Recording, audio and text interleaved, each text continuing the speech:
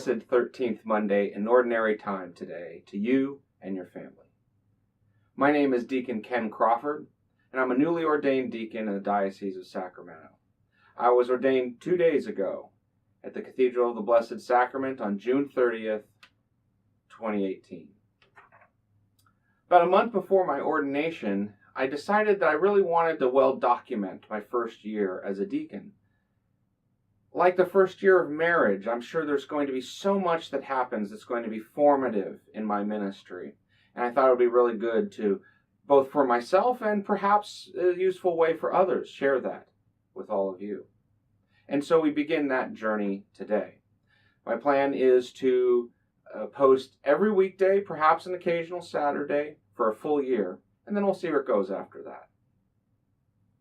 Today, my intent is to just post about the ordination itself, and then in the days and weeks to come, I'll post more about myself, my journey that got me here, and other things that occur.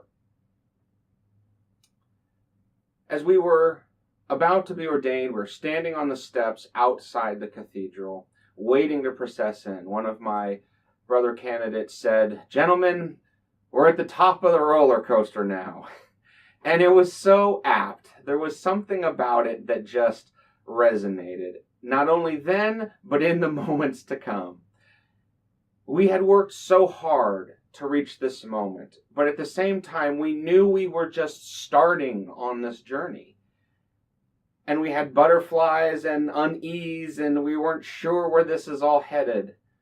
And walking down the aisle into the church as part of the procession was like that first drop of the roller coaster. It was both exciting and exhilarating and a bit terrifying. You didn't know what was going to come. You didn't know if you were going to be able to take it, but you were excited nevertheless. And that's how I think we all felt on Saturday.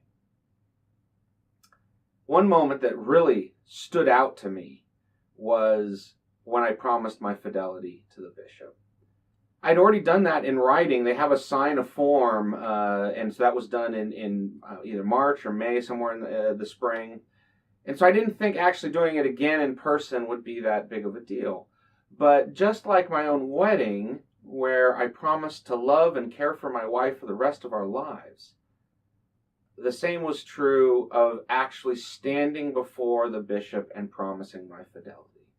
For the second time in my life, I stood in a church and promised to serve someone for the rest of my life. And that was a meaningful and important moment for me.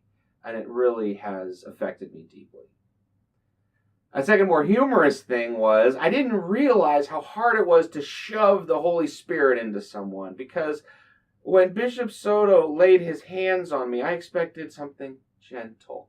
But no, he was really shoving down. And I mean, first I thought, like, am I kneeling too tall? Does he want me something a little more lower? But all the other guys said the same thing, that he pushed really hard. So one can only assume that the Holy Spirit doesn't go in easy, and you really have to push. So that was humorous, but I don't know. Maybe there's something there. And then finally, I was reminded of something that I perhaps had a little bit forgotten, which was you should never assume how God's grace will feel. I've had those few moments in my life where God's love just washed over me, and it was filling and emotional and tears and all of that. And I was expecting that sort of grace-filled moment. But that didn't really come for me. There were moments of strong humility, but nothing of that variety. But at the same time, I left the ceremony a different man. As an analogy, it was like I was the Eucharist, I wasn't bread anymore. I still looked like me. I still felt like me. I don't know, perhaps I tasted like me as well. I don't often taste myself.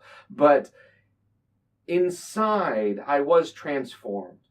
The church word they would use is that I was ontologically changed, that my very being was different.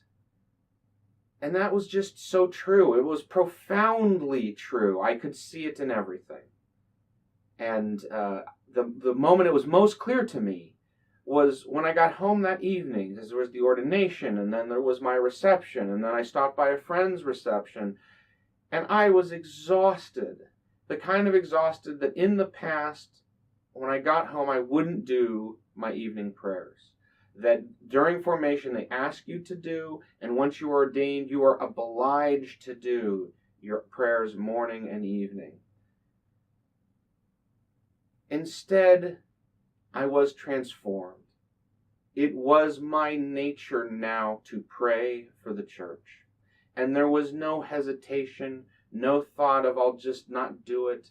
I could just feel how I had been transformed into a person whose purpose was to serve the church, and that included praying for the church.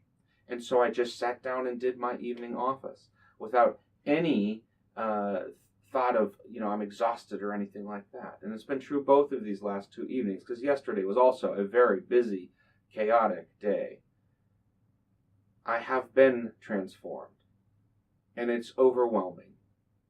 And I'm so thankful for the gifts of God that have brought me here, that transformed me during the ordination.